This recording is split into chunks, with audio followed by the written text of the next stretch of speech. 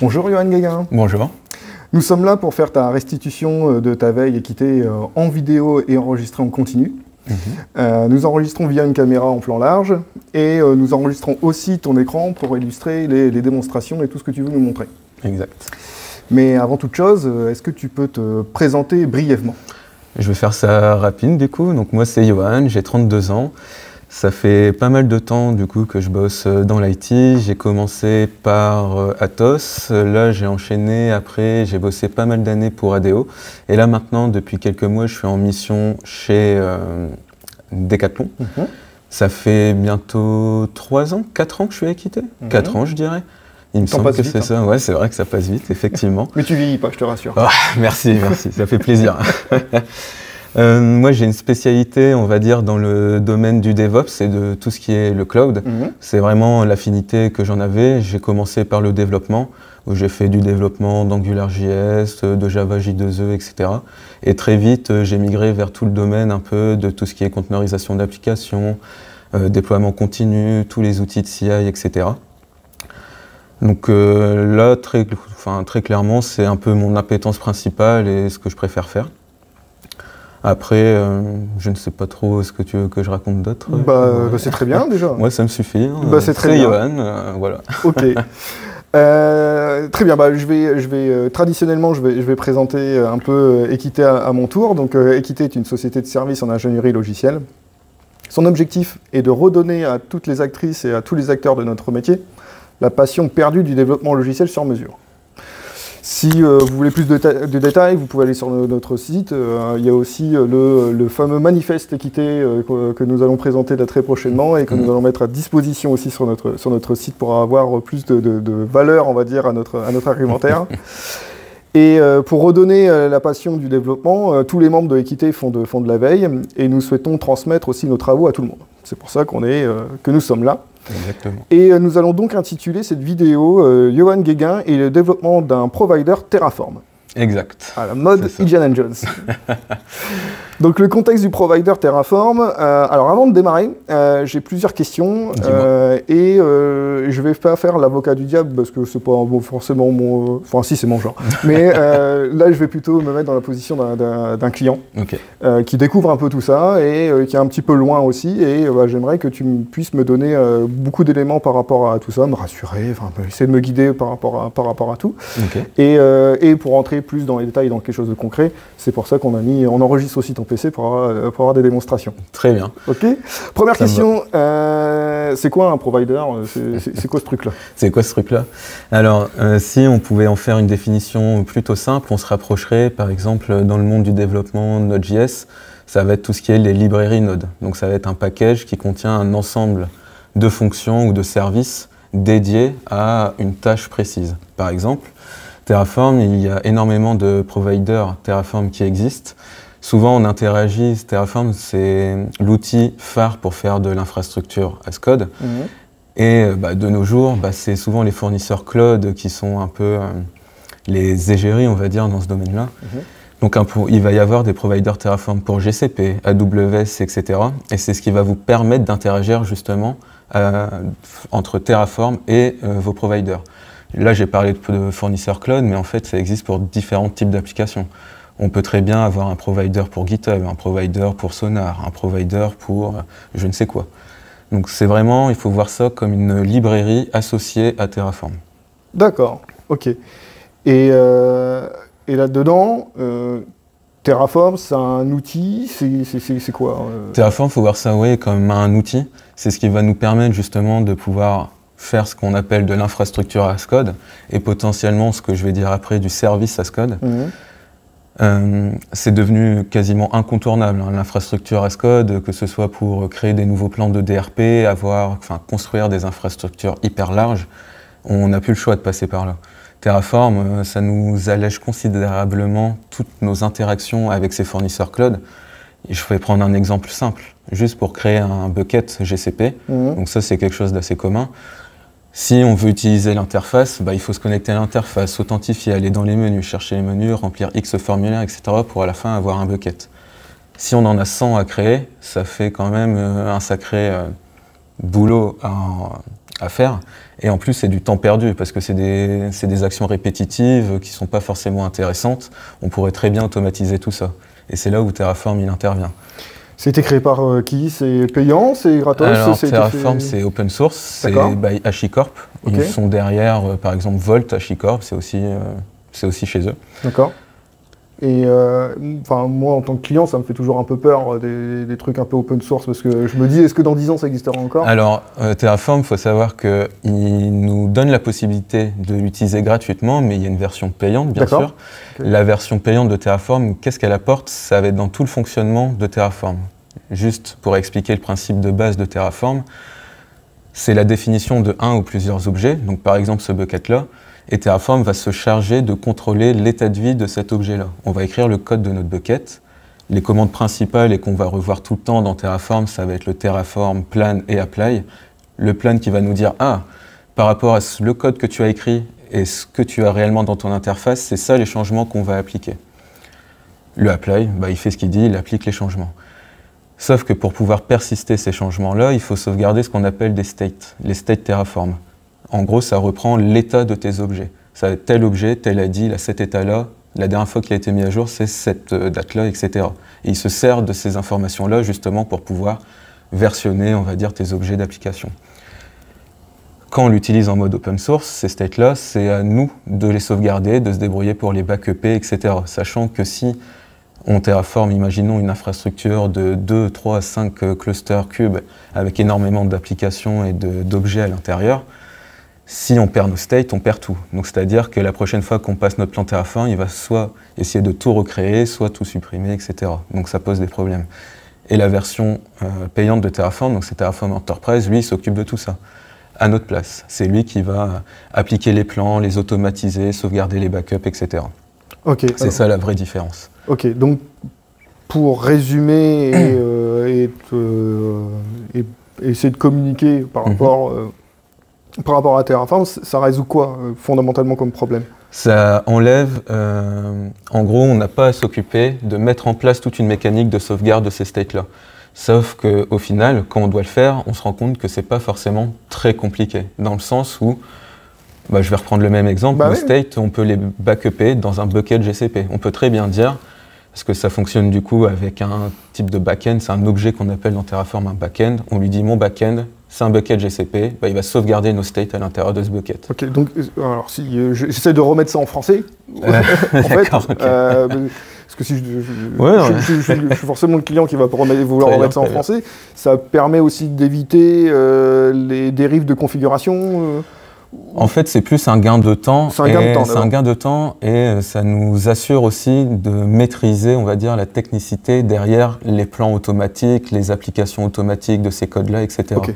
Ça évite de demander du développement en interne pour, par exemple, automatiser des repos GitHub où on va stocker notre code Terraform, ou justement où on va dire nous-mêmes, on va mettre en place justement cette application automatique du code, cette sauvegarde automatique dans les back-ends, les backups des back-ends, etc. Ça serait à notre charge. Okay. Donc en gros, Terraform Enterprise s'occupe de tout ça pour nous. Nous, on n'a qu'à faire le code Terraform. Il s'occupe de toute la partie, on va dire, autour du code, quoi. Ok. C'est clair. C'est clair ? C'est clair, c'est clair. Merci pour cette belle introduction. Pas de souci. Et donc là, on va rentrer un petit peu dans le concret, à l'aspect de démonstration que tu vas nous faire. Très bien. C'est quoi un peu l'idée? Alors en fait, l'idée, à force de travailler avec Terraform, moi j'avais l'impression qu'on se limitait justement à se dire que Terraform n'était utilisable que pour de l'infrastructure. Et quand on pense de l'infrastructure as code, on se dit ouais, on va créer des machines, on va créer des VM, des ponts réseau, etc. Sauf qu'au final, quand on regarde bien Terraform, tout ce que c'est, et surtout les providers Terraform, au final, c'est juste un outil qui interagit avec une API. Et au final, une API, ça peut répondre à X besoins. Alors, juste pour le profane, encore une fois, API, ça veut dire quoi? Alors, j'ai plus l'acronyme exact en tête. Mais bon, je vais chercher. Je vais aller chercher après. Alors. Mais en gros, c'est ce qui va nous permettre d'interagir avec un système d'information. Imaginons que moi, j'ai une application je sais pas, j'ai une application de vente, bah, pour pouvoir proposer à un utilisateur visuellement tous mes produits, etc., j'ai besoin de développer une API qui sert d'interface entre ma donnée et mon front-end. Voilà, une API, c'est une interface de programmation. C'est très vulgarisé, mais c'est ça. Ok. Non, mais il faut. Ok. Et du coup, je me disais qu'on pouvait potentiellement passer à côté de quelque chose, dans le sens où, au final, on pouvait très bien consommer des API via Terraform. Et pourquoi je dis ça? Parce que dans mon ancienne mission, on avait un outil d'ITSM, donc de gestionnaire de tickets, etc., gestionnaire de run et compagnie, et qui n'avait pas son propre provider. Et on avait des besoins de créer des ressources à l'intérieur, genre créer des équipes, créer des groupes de support, etc. Et du coup, il partait de, on va prendre des fichiers, on va créer des batchs, et les batchs, ils vont tourner la nuit, etc. On va essayer de l'alimenter comme ça. Alors qu'au final, on aurait très bien pu faire un provider Terraform dédié à cet outil-là, et maintenir tout notre code de notre ITSM via ce repo et ce Terraform-là. Et du coup, c'est ça que je voulais essayer de mettre en valeur via ce petit sujet de veille, enfin petit entre guillemets. Ouais.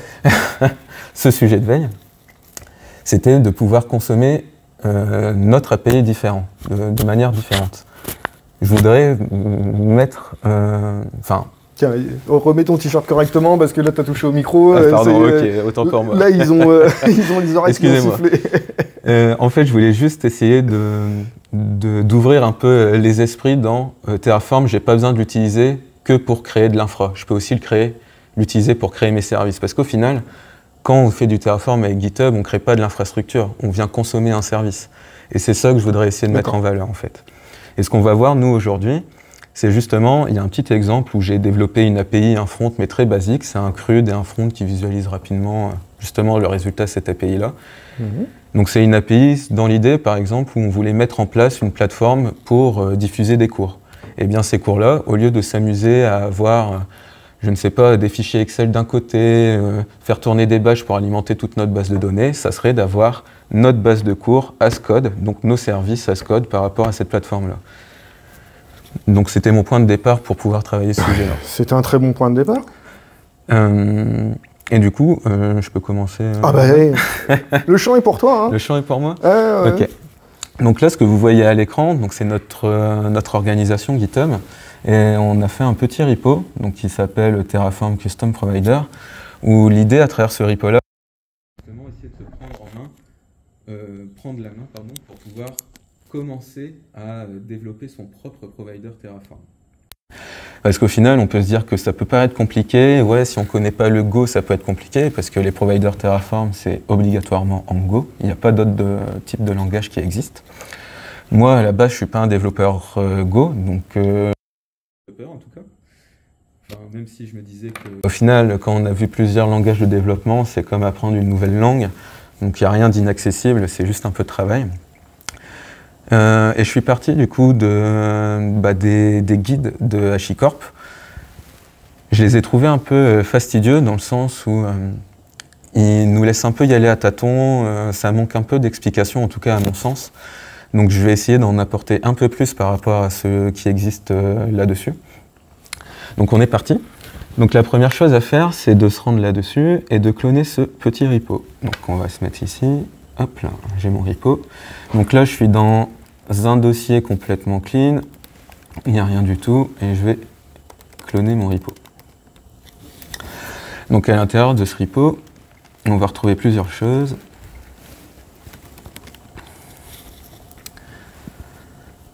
Hop. L'idée derrière ça, c'est qu'on présente la version finale du test, qu'on met à disposition un petit Docker Compose pour justement pouvoir exécuter tous les tests et se rendre compte de ce qu'on est en train de faire. Et d'avoir un petit guide pas à pas, avec toutes les étapes une par une qu'on va retrouver ici dans la partie documentation. Donc l'idée là, de ce que je vais faire, c'est comme si je voulais refaire ce petit tuto. Donc pour faire ça, ce que je vous conseille, si jamais vous voulez vous y mettre, dans la partie Custom Provider, donc là ici il y a le code final avec tous les exemples Terraform, l'exemple, le provider terminé. Et ici c'est un petit boilerplate que vous pouvez récupérer pour pouvoir démarrer pour pouvoir démarrer justement ce petit tuto. Donc ce qu'on va faire, c'est que je vais rouvrir un Xcode directement dans ce petit dossier-là. Et on va expliquer les petits fichiers un par un. Donc comment j'ai construit ce boilerplate-là? J'ai pas été très loin, je me suis inspiré de ce que HashiCorp faisait, puisqu'au final, on va pas refaire la roue. J'ai juste un peu customisé les choses pour que ce soit un peu plus clair. Donc comment ça se passe le boilerplate? Donc vous allez retrouver plusieurs fichiers importants. Donc forcément, vous allez avoir le main.go. Et comme vous avez pu le voir ici, HashiCorp il nous fournit déjà des librairies justement pour pouvoir nous faciliter le développement d'un provider. Donc avec ces librairies-là, vous avez quasiment déjà tout à disposition pour pouvoir développer votre propre provider. Ici, on a la fonction principale, donc ça va être le point d'entrée de notre provider, le main.go. Il n'y aura quasiment jamais besoin d'y toucher, sauf peut-être pour les prochains épisodes, on verra ça. Ça veut dire qu'il y aura... Potentiellement, oh là là, tu nous teases là. Parce que là, en gros, j'y reviendrai plus tard. Je continue là-dessus. Donc voilà, là il y avait le main.go où on a notre point d'entrée. Et ici, on a un petit provider.go, donc ici il est vide. Et ça se définit par quoi? Par un ensemble de ressources et de data sources. Parce qu'au final, dans Terraform, on manipule deux types d'objets. C'est les ressources qui représentent vos objets à un instant T. Donc c'est les ressources que vous allez pouvoir créer, update, supprimer, etc. Et la partie data qui représente des objets dont vous ne faites que consommer la donnée. Donc ça, c'est la base. Ensuite, ici, vous avez un petit makefile qui va vous permettre de justement builder votre provider Terraform en local facilement, le mettre à l'endroit qui va bien pour que Terraform puisse le comprendre, l'interpréter. Et un petit main.tf avec justement juste l'utilisation du provider à vide avec la petite version 0.1 hashicorp.com/equité/courses. Donc la première chose à faire, c'est qu'on va initialiser ce petit repo. On va ouvrir un terminal. Donc la première commande, hop, ça va être d'initialiser notre module, hop, et on va l'appeler Terraform Provider Courses. Ensuite, on initialise les modules. Donc là, déjà, on a notre provider qui est déjà prêt à être exécuté. Hop. OK.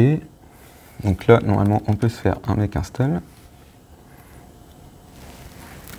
Ah, je suis pas au bon endroit, autant pour moi. Ça n'aide pas. C'est les joies du direct? Ouais, exactement. C'est normal. Autant pour moi. Hop là. On va se clear ça. Hop. CD Terraform Courses. Là, on commence. Hop. Gomotini Terraform. Gomotini. Hop. Et là, on est mieux.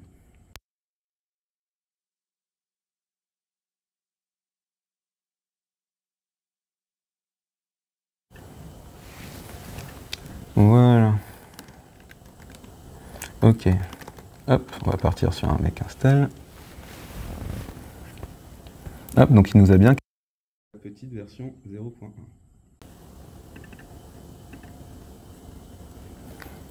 Hop.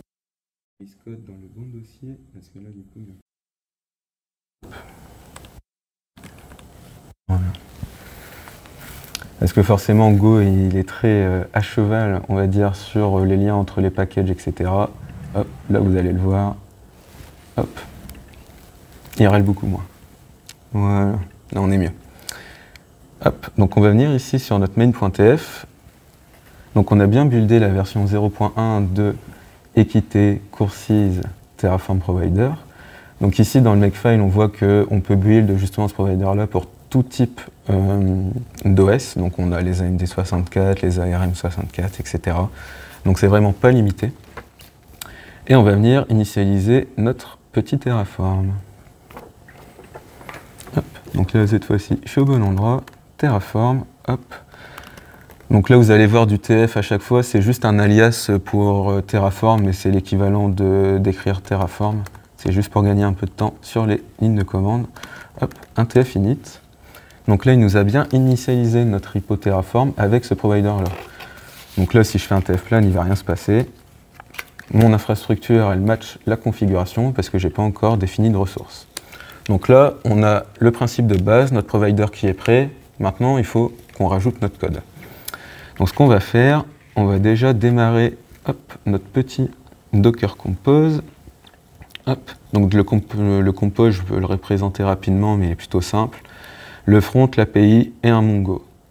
Hop, on va le démarrer et on va le tester rapidement. La première chose qu'on va développer, du coup, là sur le provider custom, ça va être, on va dire, le plus simple, c'est on va commencer par la data. Donc on va créer une ressource data et on va venir demander à notre Terraform d'aller la récupérer. Et la data qu'on récupère, ça va être la liste des cours.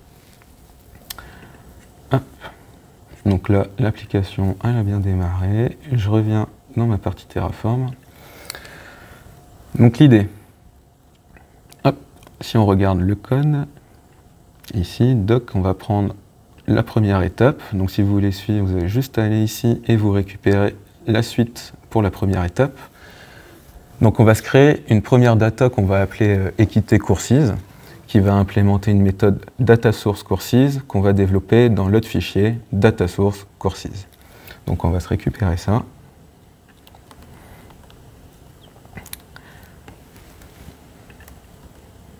Celui-là je vais le fermer, sinon il va m'embêter.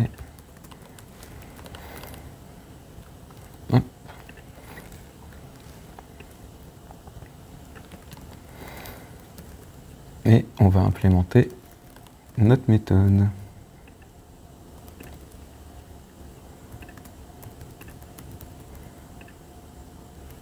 Je vais récupérer ça. Tac. Et on va se l'expliquer ensemble. Alors, pour une data source, au final, on aurait besoin de quoi? Il faut savoir que là, du coup, c'est pas moi qui ai décidé d'inventer ces méthodes-là et compagnie. C'est pas toi, je suis déçu. C'est la librairie HashiCorp qui nous impose justement de respecter certaines méthodes. Et HashiCorp, pour les objets de type data, il nous demande une data source et une data source read. Donc c'est-à-dire à quoi ressemble votre objet que vous allez créer et comment aller récupérer cette information. Parce que je le rappelle, la data, on ne fait que récupérer de l'information. Donc dans un premier temps, il y a la première méthode ici. Donc data source courses, qui n'est au final que la définition d'un schéma. Donc moi là, j'ai décidé de créer une liste de cours qui vont venir prendre le schéma de mon objet côté API. Donc un ID, un nom, une durée et un résumé, on va dire, du cours. Ce qui va être plus intéressant, c'est la méthode justement pour aller lire. Et c'est ça qui m'a fait tilter sur le fait qu'au final, on pouvait utiliser Terraform pour faire à peu près ce qu'on veut. Parce qu'au final, ces méthodes-là, ce qu'elles nous permettent de faire, c'est d'implémenter exactement comme on le souhaite pour interagir avec cette ressource. Et au final, on se rend compte de quoi? C'est que pour interagir avec ma data source read, j'ai implémenté juste un call HTTP qui fait un get sur mes listes de cours. Donc là, si on regarde, c'est du code Go. Hop, on a ça, vous allez retrouver à chaque fois la partie diagnostic, c'est Terraform qui impose ça sur ses méthodes de read, etc. C'est juste pour lui pouvoir catcher pendant toute l'exécution de la méthode l'ensemble des erreurs, etc. C'est sa manière à lui de gérer les erreurs. Donc vous voyez ici, c'est juste, je construis une requête get sur justement mon API, localhost 4000. Donc si on va sur notre Postman, on vérifie bien qu'elle existe bien. Hop. Donc elle est bien ici, ça tourne toujours. Ah. Je vais plutôt la redémarrer parce qu'il y a encore de la donnée, je voudrais la mettre à vide. Hop. Où est-ce qu'il est mon Docker? Il est là. Hop. Delete.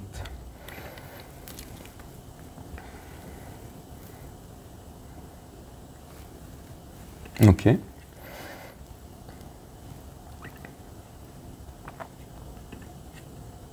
Est-ce qu'il peut se dépêcher? Voilà. T'es pressé? Ouais, non, mais j'aime pas attendre. Voilà, c'est un peu. On a tout le temps. Oui, je sais. Tu sais, là, on enregistre en continu, prendre le temps qu'il faut pour tout bien expliquer. Pendant que ça redémarre, je vais finir d'expliquer la méthode. Donc comme je disais ici, au final, le read, c'est comme si j'implémentais un get sur mon slash cours qui me renvoie ma liste des cours, et je vais recréer un objet au format Datadog pour venir justement l'alimenter. Et ce qui est intéressant, justement, dans la méthode qu'il nous impose, c'est qu'il nous donne accès à différents objets et qui sont au final les seuls objets nécessaires pour justement faire notre développement. On a le contexte et le schéma ressource data. Il faut comprendre que ça, là, le petit d schéma ressource data, ça correspond à votre data. Donc c'est ça que vous allez venir manipuler. Donc c'est pour ça qu'ici, vous voyez, hop, qu'on va venir ajouter ici à notre schéma. Donc on lui dit que courses, ça vaut courses qu'on a récupéré de notre call HTTP. Donc c'est bien notre dialogue courant. Donc là après vous allez voir dans la démo, je referai ici un retour sur le code pour bien matcher. Et ce qui est important dans Terraform, c'est que tous les objets doivent avoir un ID. Ce qui peut paraître logique, mais pas forcément. Pourquoi il a besoin de ça? Pour justement pouvoir manipuler tous ces objets. Et pas se mélanger les pinceaux, se mettre à update un objet de type B alors que vous vouliez update un objet de type C. Hop, on revient ici, mon API. Voilà, elle est vide, je préfère. OK.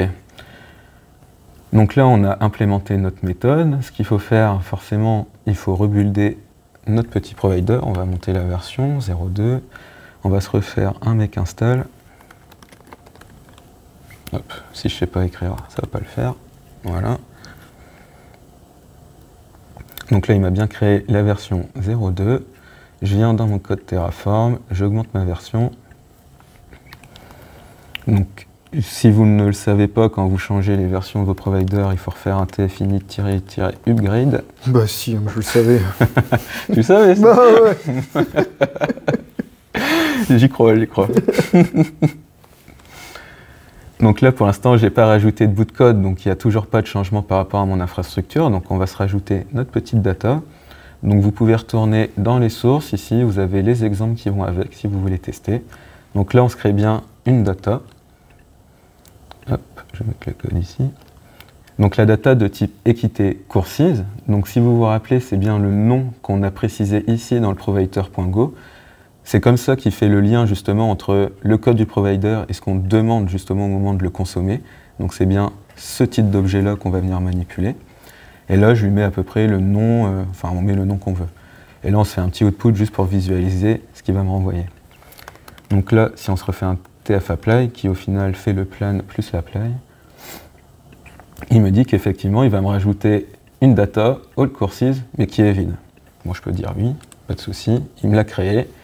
Hop, si je refais un tf-apply, pas de changement. Donc on va se créer un petit objet rapidos. Hop, on va se poster ça. Tac. Je reviens ici, j'ai bien un objet, ok. Hop, on refait l'apply. Et là, qu'est-ce qu'il nous dit? Que mon objet allCourses est modifié et qui va être modifié par quoi? Hop, tous les petits plus verts ici, c'est l'objet qui est rajouté. Et ça correspond bien à l'objet que je viens de récupérer de mon côté, et ça correspond bien au comportement attendu dans le sens où la data équité courses est censée renvoyer tous les cours dispo de l'API. Hop, on va se l'appliquer, yes. Donc voilà, ça c'était la partie facile, entre guillemets. En tout cas, celle qui m'a posé le moins de problèmes à implémenter. Donc là, on va vraiment taper le crude, et on va surtout s'attaquer à la partie ressources, ce qui est au final potentiellement le plus intéressant. Donc si vous retournez dans le code source, vous allez dans l'étape 2 et vous allez retrouver l'ensemble du code du provider. À l'endroit où on en est, vous n'êtes pas obligé de tout reprendre. Hop, il n'y a que ce fichier-là qui peut être intéressant.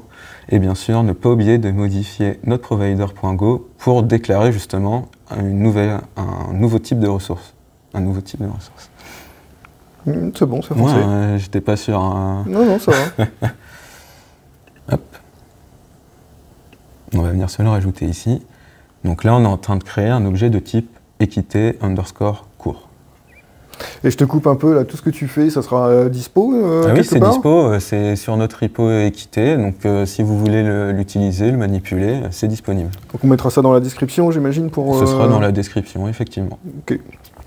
Et on pourrait très bien imaginer aussi mettre le lien juste de la partie où je referai une partie guide exprès par rapport à ça et le rajouter au repo, comme ça ce sera plus guidé. Parce que là pour l'instant c'est juste un peu des screens, etc. Donc c'est peut-être moins clair. Enfin je pense que ça le fait, mais... Non, non, t'inquiète, on peut faire ça. Ça devrait le faire.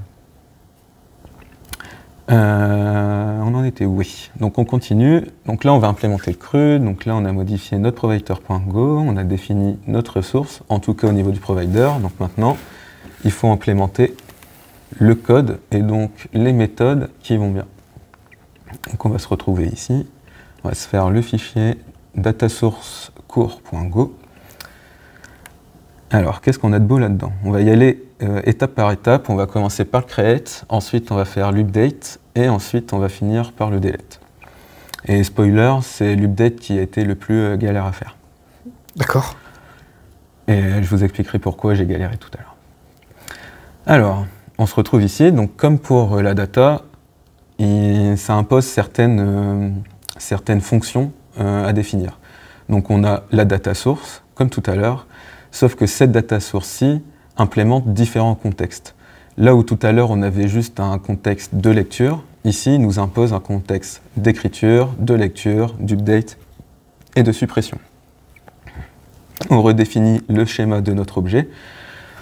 Bois un petit verre d'eau. Ouais, c'est ce que je vais faire, j'ai un petit peu soif. Vas-y, vas-y. C'est parce que je suis dedans, donc ouais, mais prends ton souffle. Pas de soucis. Ah, mais il n'y a pas de soucis, hein, c'est juste que je suis à fond, quoi. Un vrai passionné. Ah bah écoute. Donc oui, on a le schéma de notre objet.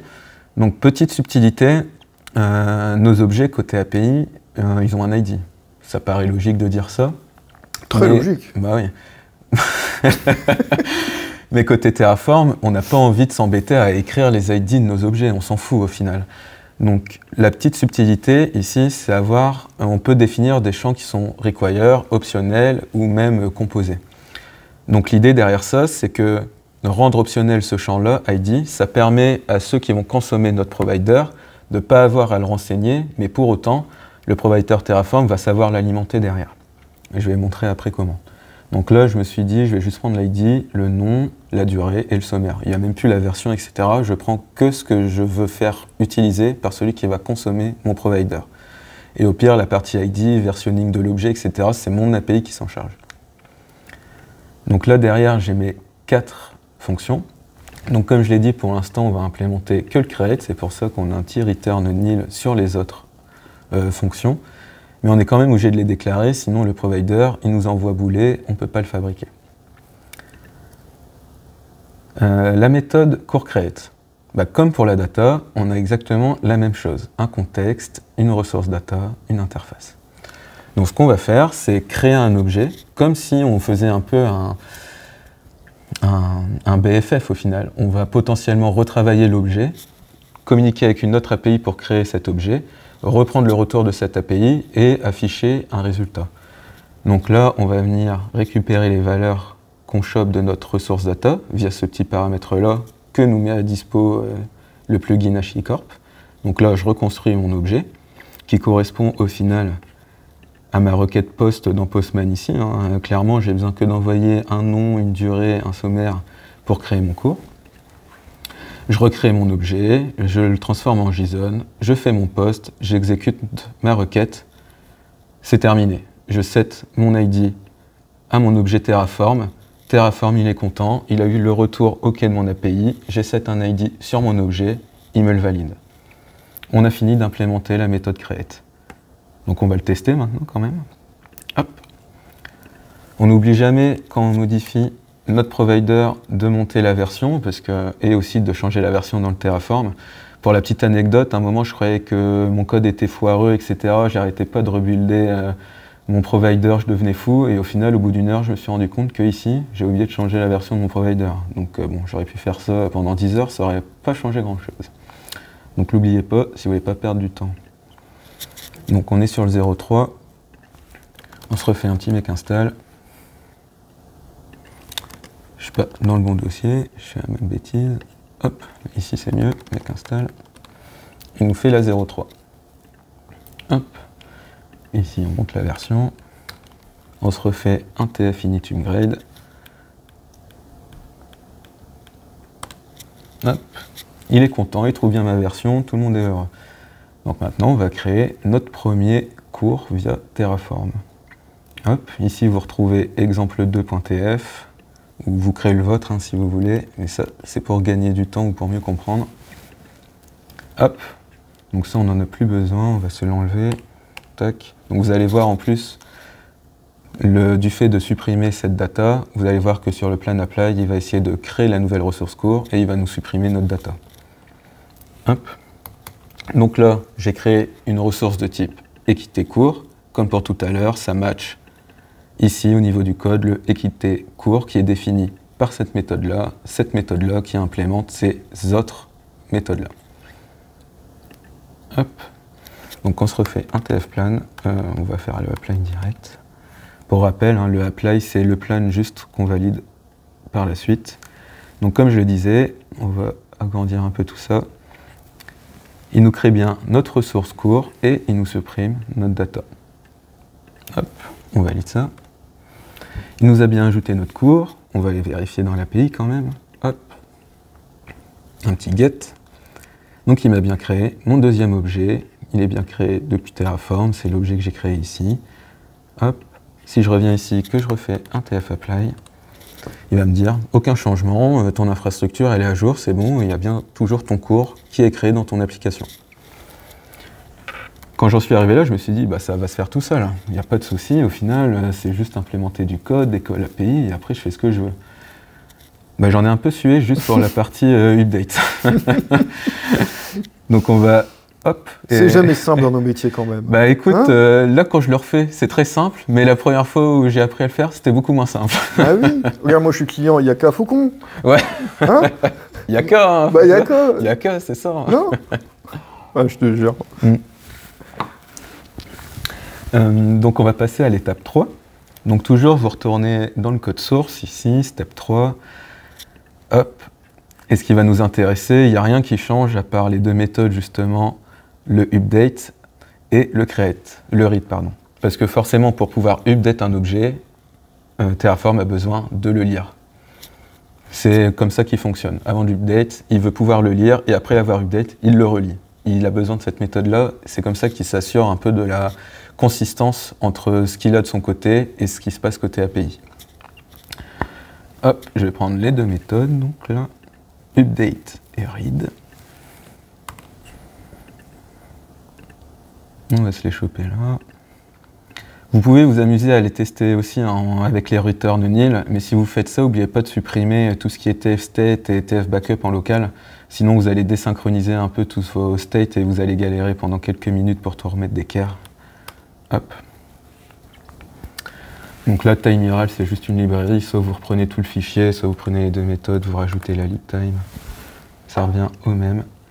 Les autres fichiers ne changent pas, vu qu'au final, tout ce qu'on fait, c'est améliorer l'interaction avec notre objet court. Donc nos deux petites méthodes, ça va toujours être, à part pour l'update, très simple.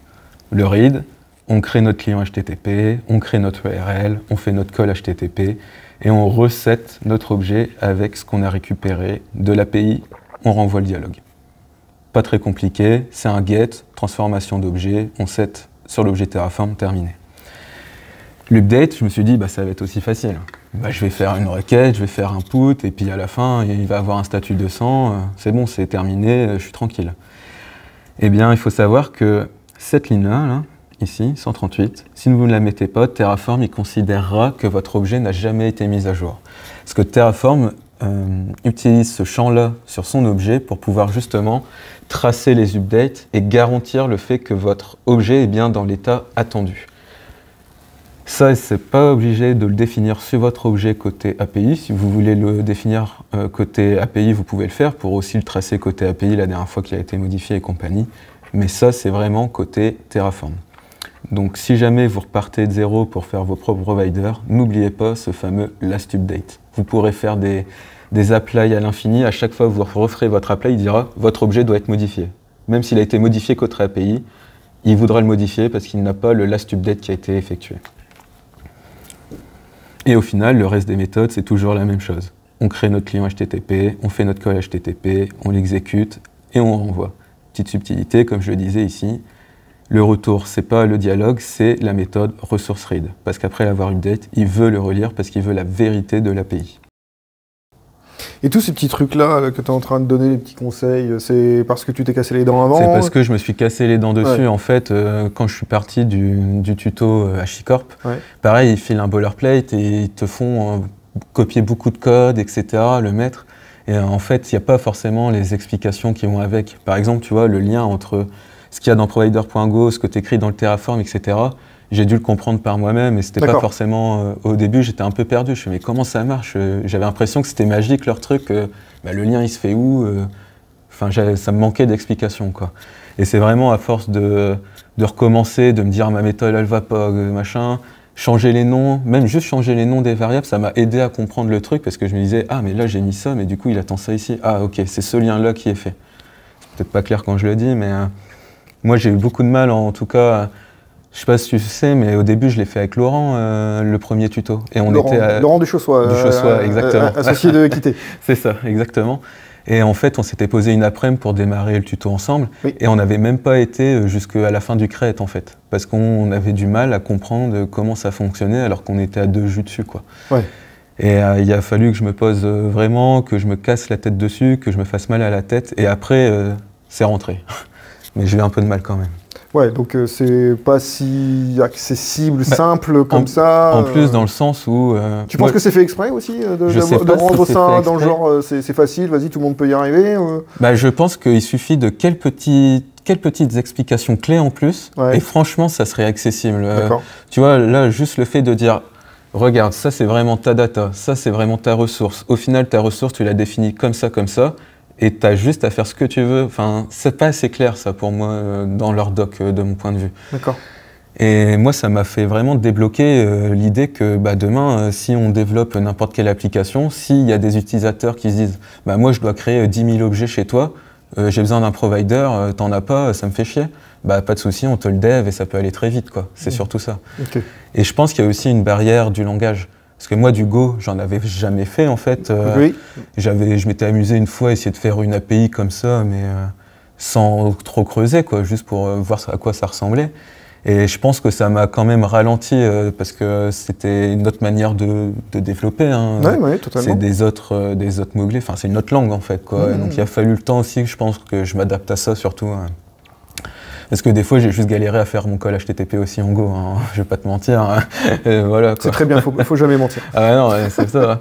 Donc, je pense que ça aussi, ça a été une petite barrière. Mais au final, je m'en suis quand même bien sorti. Au bout de quelques après-midi, j'ai réussi à m'en sortir et là, je peux te le refaire tranquillement. Donc, oui, ok. Tu as fourni quand même un effort pour essayer de rentrer dans le sujet, de commencer à maîtriser, à t'amuser et puis mettre ça en pratique. Ça reste une techno à part entière et il n'y a rien d'autre qui existe qui s'appelle un provider, Genre, c'est pas comme si tu me disais développe une lib en Node et fais-moi une lib en Java.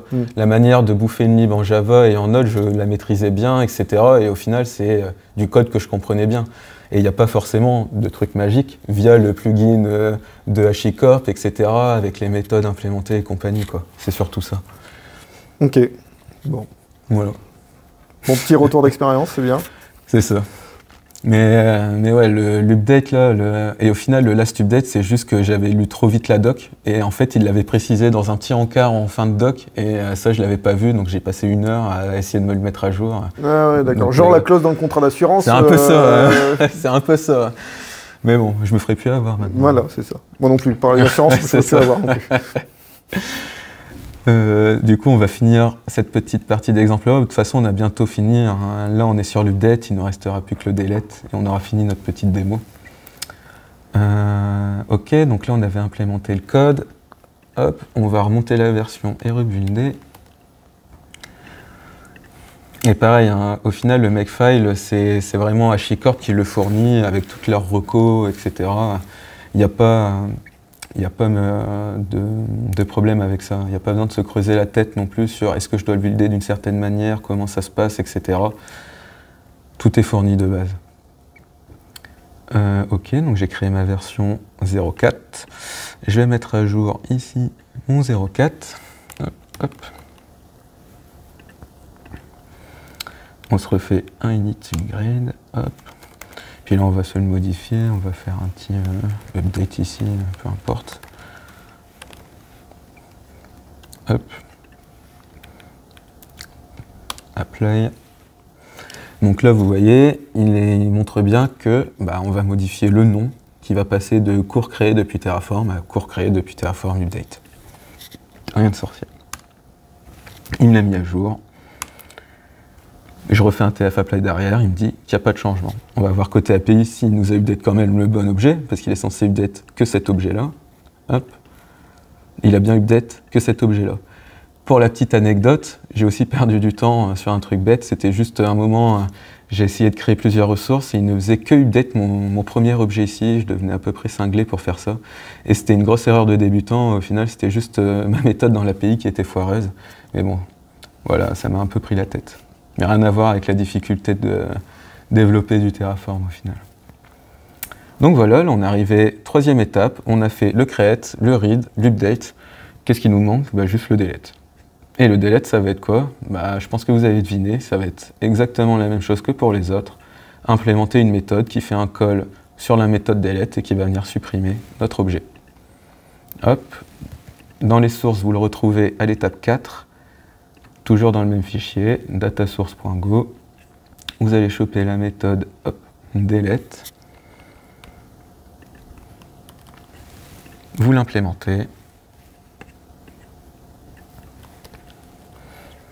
Et comme je vous le disais, rien de compliqué, le dialogue, client HTTP, URL, on fait la requête, delete sur l'URL, on exécute la requête.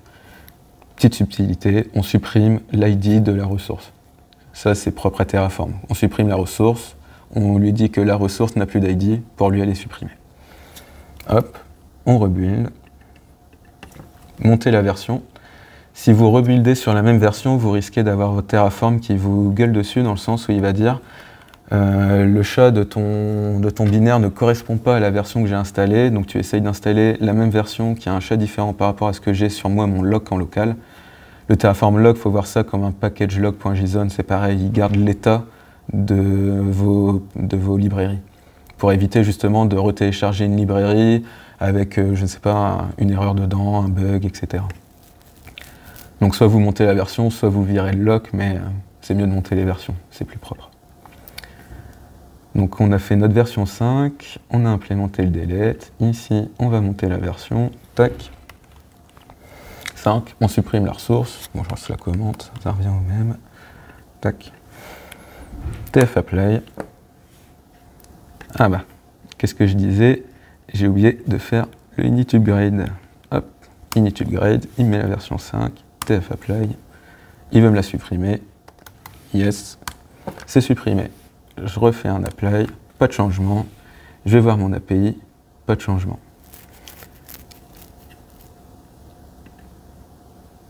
Hop. Bon, je crois que c'est mon Postman qui galère un peu. Hop. Et voilà. Donc en gros, à partir de là, vous avez développé votre propre provider et on peut très bien imaginer justement profiter de tout ce que donne Terraform comme outil, parce que Terraform, vu que c'est du code, il y a bien sûr tout ce qui va avec. La définition de variables, toutes les boucles, la création d'objets, de listes, etc. On peut venir itérer sur, par exemple, un YAML ou un JSON, se faire une petite locale qui va itérer sur tout le JSON, tout compiler dans une variable et venir ici avec un seul bloc de ressources, un petit for each ici, il va nous créer une centaine, tous les cours qu'on veut en fait à partir de ce fichier-là. Voilà. C'est tout pour moi, petite démo, je pense qu'elle est terminée, on a fait le tour. Ouais, bon, pas de soucis, voilà. On est à 48 minutes, donc c'est pas trop mal. Effectivement. Donc là, on a vu là, tes explications et dans tout ton parcours, là, les petites difficultés que tu as pu rencontrer. Tu as aussi eu d'autres obstacles ou tu as fait à peu près le tour sur l'approche en tout cas, ou sur toi, les premiers pas que tu as fait, parce que là en fait on voit que tu t'es déjà entraîné. Oui, là, du coup j'irai, oui, effectivement. C'est vraiment en fait, j'ai pris le truc, je me suis dit, le point d'entrée ça va être HashiCorp, donc je vais voir ce qu'ils proposent eux comme guide, vu que c'est leur solution, c'est eux qui doivent avoir les meilleurs guides pour l'utiliser. Donc on s'est mis là-dessus, et moi ce que je voulais c'était essayer de faire tous leurs guides et essayer de ressortir un peu ce qui m'aurait manqué pour mieux le comprendre au début.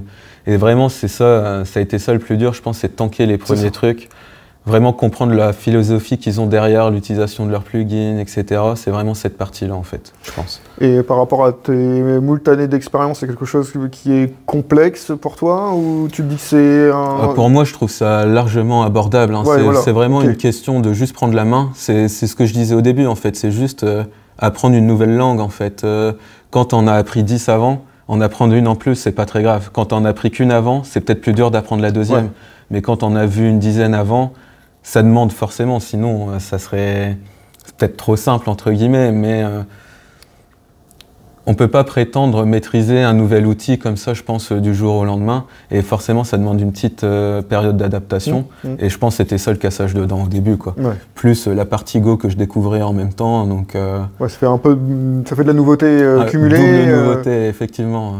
Donc on se dit que ceux qui connaissent un peu Go, ils vont pouvoir avoir plus de facilité. Alors je pense qu'un dev Go, tout le temps que j'ai perdu à implémenter mes méthodes, déjà lui, il aurait fait ça, finger in the noise, quoi. Vraiment... il leur dit bah ça c'est bon, un call HTTP, tac tac tac, je code comme ça. Moi j'ai dû faire forcément un peu plus de recherche pour comment on faisait un peu de code en Go. Et même juste comprendre le code de base d'HashiCorp, je pense que ça aide aussi.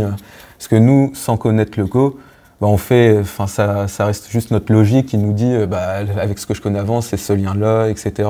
Mais c'est en se cassant les dents dedans qu'on comprend mieux. Voilà, c'est ça. C'est ça l'une des plus grandes complexités, là, en tout cas sur toi, ton parcours, ton aventure. Moi, c'est vraiment ça que j'en ai retenu. Ouais. Ok, à titre de conclusion, tu trouves ça bien, pas bien, utile, pas utile? Moi, je trouve ça hyper utile. Hein. Je pense que maintenant, quand on met à disposition des services, il faut aussi penser à ceux qui vont essayer de le consommer de manière large. Imaginons que moi, j'ouvre... un site qui propose, je sais pas, une dizaine de services et que demain j'ai un utilisateur qui dit un utilisateur qui est une grosse entreprise et qui au final veut ce service pour je ne sais pas combien de collabs ou pour combien de projets, etc. On peut pas demander à ces utilisateurs-là de venir s'amuser avec des interfaces, à créer des machins, etc. Pour plusieurs raisons déjà. Le temps perdu à faire ça, il est vraiment perdu, ça sert à rien. C'est juste des clics, ça demande aucune connaissance. On va pas faire perdre du temps à des gars qui ont des bonnes connaissances, un bon socle technique, à juste faire des clics-clics, etc. C'est pas concevable. Pareil pour tout ce qui est la sécurisation de ce que tu fais dans ces services-là. Imaginons demain, tu as fait confiance à ton fournisseur, enfin je dis fournisseur de service, lui il a un problème, son infra elle pète. Et tu dois tout recréer, tu fais comment en fait? Si lui, s'est pas assuré d'avoir des backups et compagnie, c'est terminé. Alors que si toi, tu as déjà tout ton Terraform pour cette consommation de service-là, c'est une sécurité en plus pour toi par rapport à ce fournisseur-là. Parce que si lui, il plante, il te dit c'est pas grave, tu refais un apply sur ton code Terraform et tout est revenu. Ça prend 5 minutes, selon le provider, parce que tu as des trucs qui durent plus longtemps, parce que les services derrière prennent du temps. Par exemple, alimenter une BDD, ça prend pas 2 secondes. Donc ça prend plus de temps, mais c'est ça l'idée. Et puis, c'est vraiment, avoir la définition de ce qu'on consomme en code, pour moi, ça devient inévitable maintenant. Genre avec tous les services qui existent, tout ce qu'on consomme à gauche, à droite, je pense qu'on peut plus vraiment passer à côté. Et vraiment, si moi demain je devais créer, je sais pas, n'importe quoi, je me vois pas mettre à disposition la console de mon service, juste à part si c'est, je sais pas, une application vraiment grand public où là, forcément, il n'y a pas d'intérêt. Je dis beaucoup forcément, non? Oui, bon, on a compris. Voilà, forcément. Forcément, on a forcément compris. Mais, je me vois pas consommer un service comme ça professionnellement s'il me donne pas cette possibilité-là de pouvoir terraformer ma consommation chez lui, en fait. Surtout que tu vois que maintenant, tous les grands noms, ils en ont un. Google, il a tous ses providers, Amazon, AWS, GitHub, tous les outils phares du marché ont leur provider. Parce que c'est devenu vraiment quelque chose où tu peux plus passer à côté maintenant, où tu veux tout automatiser, donc ça passe par Terraform pour automatiser cette partie-là, quoi. Très bien, très bien, très bien. Et pour terminer, oui. Qu'est-ce que tu donnerais comme conseil, 1 ou 2 conseils pour quelqu'un qui veut démarrer ça? Qui veut démarrer, ouais. Alors déjà, moi je dirais il faut se concentrer sur le service rendu dans un premier temps. Parce que le plus dur, ça va pas être l'implémentation de mon point de vue. Ça va être vraiment qu'est-ce que je veux mettre à disposition de celui qui utilise mon provider, comment je veux qu'il puisse interagir avec mon provider, dans le sens où pouvoir utiliser toutes les fonctionnalités de Terraform avec mon provider. Je pense par exemple... Vas-y, prends le temps. Parce que là, Terraform 1.5 qui est sorti cette année, là, tu as une nouvelle fonctionnalité qui permet d'importer. Donc imaginons que tu aies créé toute ton interface, je prends l'exemple de Datadog, tu as créé 150 moniteurs dans Datadog, 100 000 tests, etc. Bah maintenant, avec cette fonctionnalité-là de Terraform, tu peux dire Terraform import, tu mets une liste d'objets, et il va t'écrire tout ton code Terraform et il va te le mettre, et il va te l'importer dans tes states. Ça, par exemple, quand j'ai travaillé avec certains providers pour travailler ça, la gestion des ID, elle est hyper importante. C'est un petit exemple. Pour savoir, pour pouvoir importer une ressource, c'est ID, le nom de la ressource. Et l'ID, il faut bien le manipuler, sinon on peut se retrouver avec des choses un peu incohérentes. Donc c'est vraiment ça, je pense. S'il y a un conseil à retenir, c'est comment mon utilisateur va interagir avec mon provider et surtout, quelles sont les possibilités que je donne à l'utilisateur qui interagit avec mon provider pour consommer mes services. Moi, je dirais que c'est vraiment ça le plus important.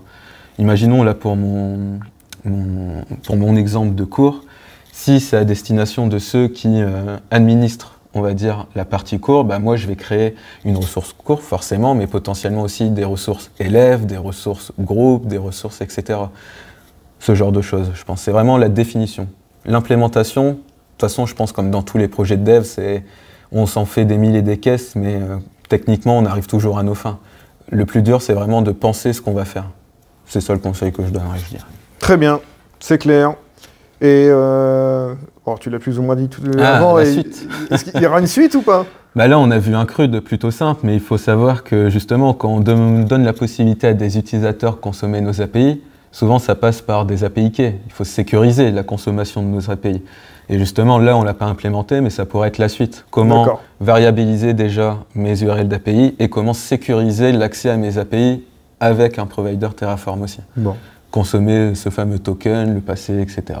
Allez, moi, je suis gourmand, t'en fais une trilogie. Une trilogie. Après, je pourrais aller plus loin ou vraiment montrer l'industrialisation derrière. Le résultat d'une industrialisation avec un peu de code Terraform, comment on fait pour vraiment transformer une source de data en plusieurs objets, etc. On pourrait faire ça. On peut faire ça aussi. Bon, on avisera. En tout cas, on avisera. Ok. Merci Johan. Pas de soucis. C'était cool. C'était un plaisir. Et puis on se voit pour le deuxième volet alors prochainement. C'est ça, à la prochaine. Allez, au revoir. Au revoir.